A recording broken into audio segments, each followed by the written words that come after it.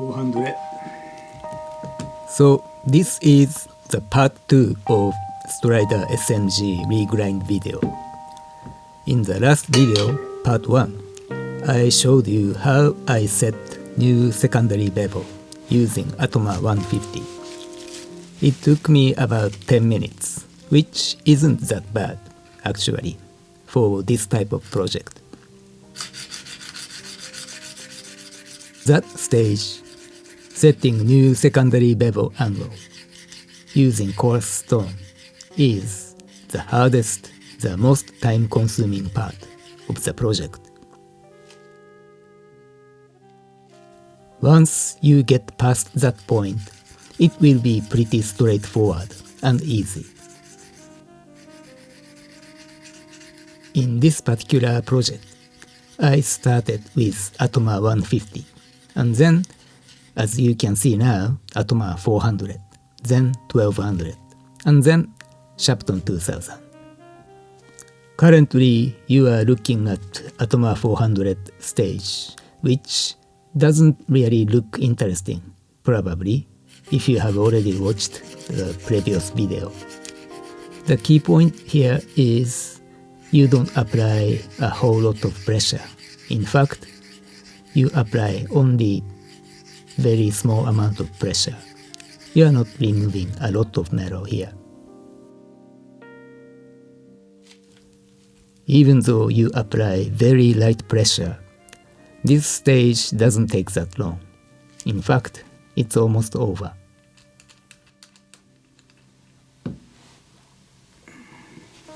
$400 done.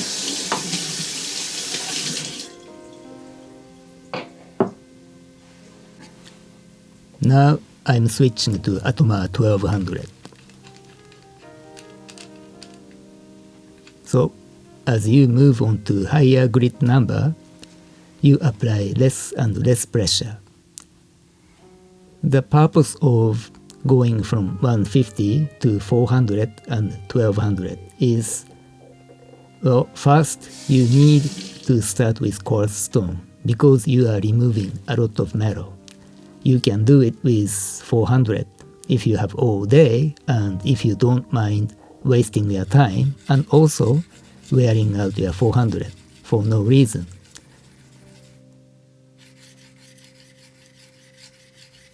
Then after 150, you need 400 because you need to get rid of these deep scratches created by 150. You can't do it with 1200. You are not going to remove those deep scratches by skipping to 1200.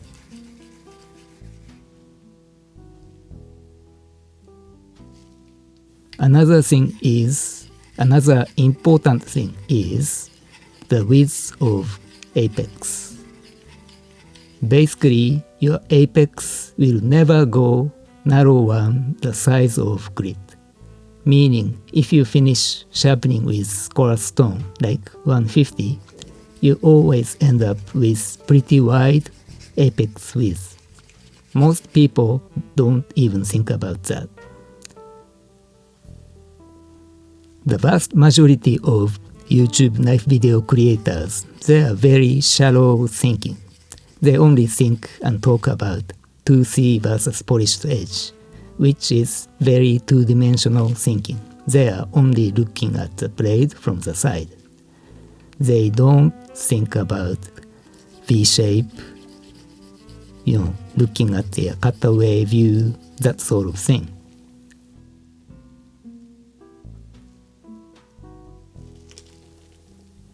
So 1200 stage is going to end pretty soon. And the video looks pretty boring because it looks like I'm just doing the same thing over and over again. So while you are watching this sharpening sequence, I will explain to you why regrind works to increase the cutting performance of your blade. It's not about 2C or smooth, polished edge. There is far more important thing than that. So let's take a look at the picture. F1 is the force you apply onto the blade in order to cut into something. And F2 is the force that the edge actually is cutting into the object. F1 and F2 are not the same. Did you know that?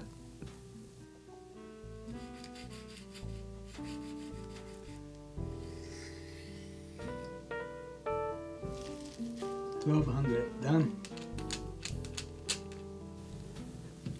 So then look at the formula. F1 divided by 2 times sine half theta is F2. So in case you didn't get what that means, let me show you an example. An old strider like this one is typically ground 22.5 degree per side. Shapton 2000. This is not Hanochromac, much older stuff. Probably 20 years ago. That's what they used to say. Which means, to put it simple, it's 45 degree inclusive, which is a pretty big angle.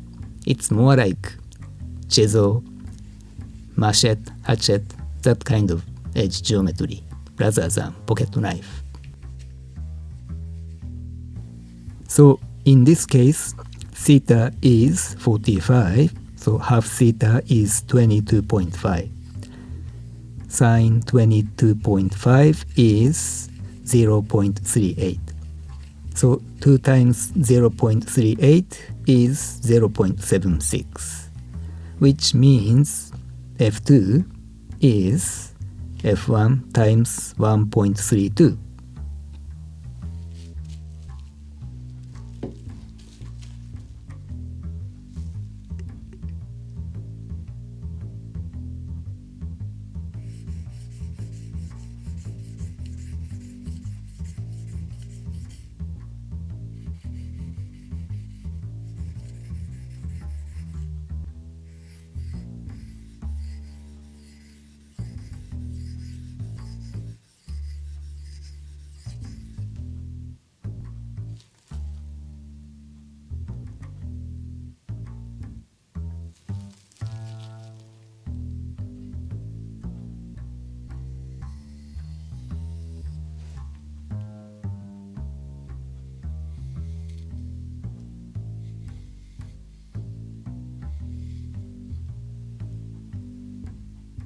I learned this from Marikata.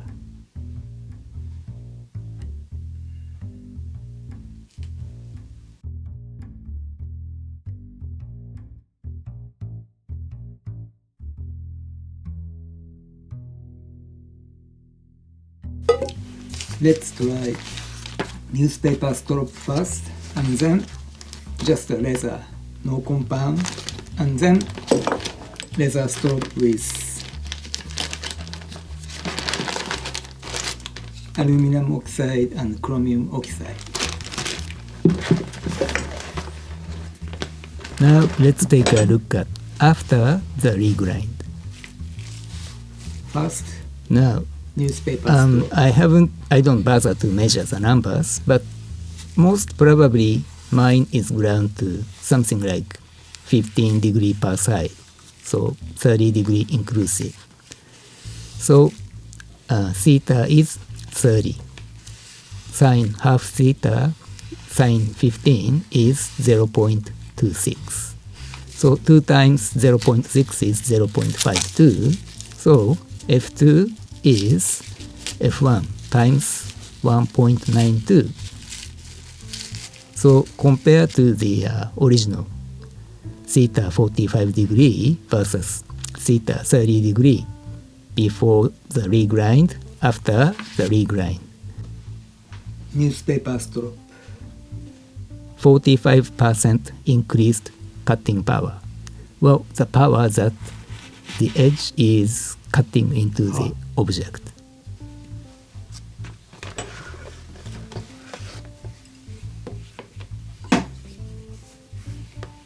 and strop on the leather belt.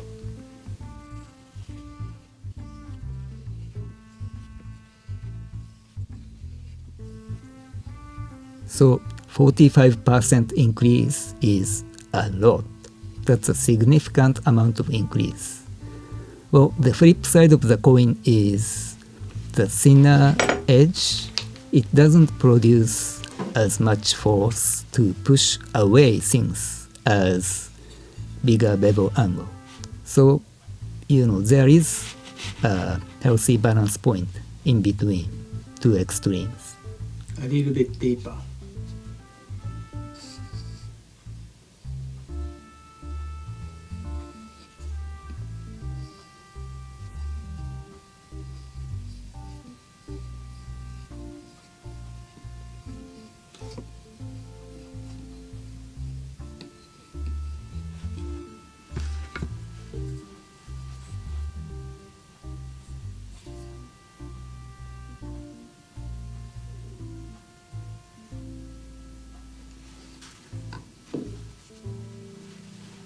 Newspaper, leather belt,